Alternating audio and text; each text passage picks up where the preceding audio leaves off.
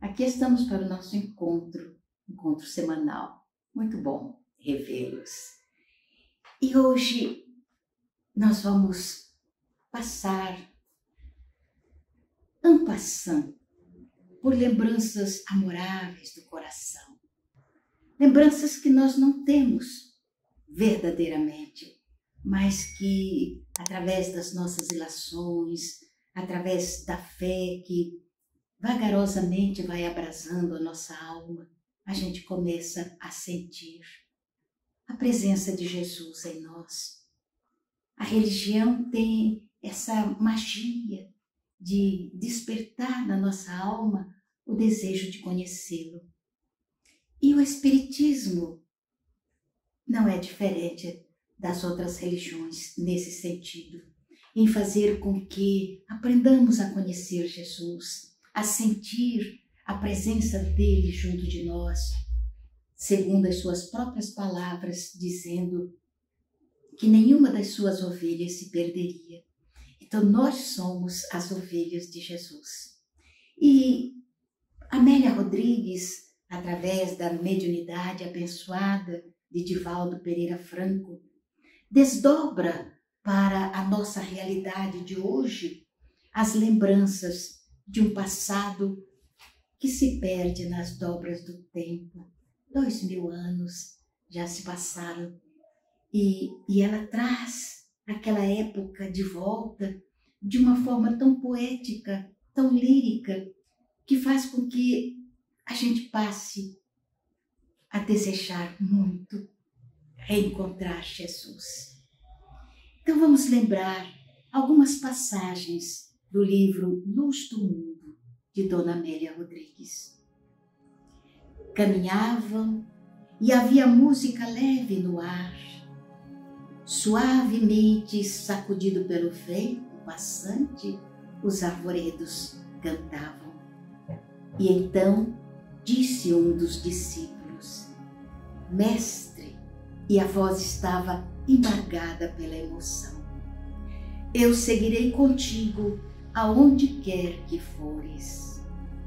Houve um estacato, um silêncio, e o envolvente olhar do Senhor caiu-lhe enquanto respondia, e ele se fez ainda mais comovido. As raposas, disse Jesus, têm covis, e as aves dos céus têm seus ninhos, mas o Filho do Homem não tem onde reclinar a cabeça. O silêncio se fez espontâneo. Seguir Jesus. A astúcia consegue o poder, a impiedade produz a dominação. O Filho do Homem não tem uma pedra para reclinar a cabeça. Sua é a casa universal, ilimitada, indimensional. Segui-lo é renunciar às vãs ambições da posse, das quiméricas aquisições que não transpõem o túmulo, permutar os limites do que se toca pelo horizonte sem fim das realizações espirituais. É ter sem deter, possuindo sem dominar, ter os céus como teto num zimbório brocado de estrelas, como gemas engastadas num dossel de insuperável beleza. Não ter nada é tudo possuir, sem amanhã, num perene hoje a perder-se na verticalidade do amor. Seguir-te-ei onde quer que fores, disse o discípulo. Não tinha noção ainda da caminhada que faria o divino amigo. Acreditava que poderia segui-lo onde quer que ele fosse, mas não imaginava a dificuldade dessa caminhada, não imaginava o pesado madeiro que iria repousar em seus ombros. Afirmava apenas: sim, seguirei contigo. Sorriu encabulado: mas deixa-me primeiro sepultar o meu pai que está morto. Morte e vida. Morrer é começar a viver, e não raro viver é mergulhar nas sombras da morte. O corpo querido que fora progênie do seu corpo, agora em jornada de desagregação molecular, e aquele espírito igualmente amado que o convoca para a perene imortalidade.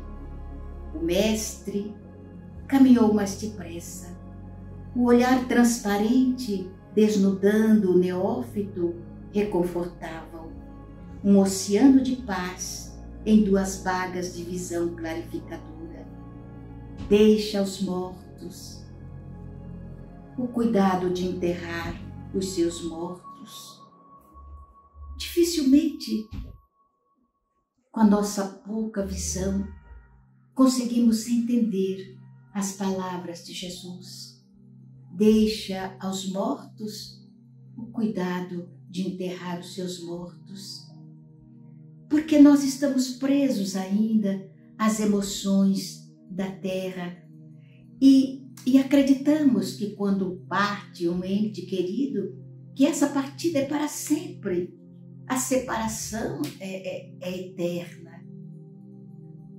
A religião vem despertar em nós um sentido diferente da vida e da morte, principalmente a doutrina espírita, que abriu os painéis de um horizonte que o homem conhecia assim por ilações e que de repente se torna realidade quando estabelecido, analisado, estudado pelo aspecto científico da nossa doutrina, que demonstrou sobejamente que a morte é uma ilusão entre duas expressões de uma mesma vida.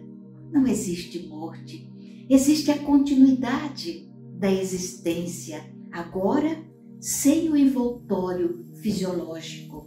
Esse fica, porque, segundo diz Lavoisier, vai se transformar em outras expressões de vida. Mas aquilo que dá vida a essa matéria, aquilo que pensa, aquilo que gosta, aquilo que ama, aquilo que não possui amor e que movimenta a estrutura molecular do corpo, o espírito, esse não morre. Esse abandona o envoltório fisiológico e parte para o mundo espiritual, continuando na sua trajetória de aprendizado, de busca dessa felicidade, dessa paz com a qual sonha o ser humano enclausurado ainda no corpo físico. E com Jesus, quando ele diz ao seu discípulo: deixa que os mortos enterrem os seus mortos, não dizendo para que deixemos de querer bem aqueles que nos foram caros na existência. Pelo contrário, ele está mostrando que aquilo que fica não tem mais sentimento, mas o que parte, esse sim.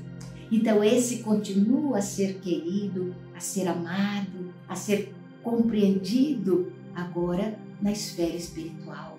Naturalmente, aguardando pela nossa chegada, porque um dia também nós estaremos lá. Para viver, era-lhe necessário trocar a pesada canga da ambição e da limitação do corpo para fluir as legítimas aspirações do ser, deixar os mortos. Vamos aprendendo isso vagarosamente, vamos entendendo que a vida, como dizia o Sr. Guimarães, é um hino de esperança.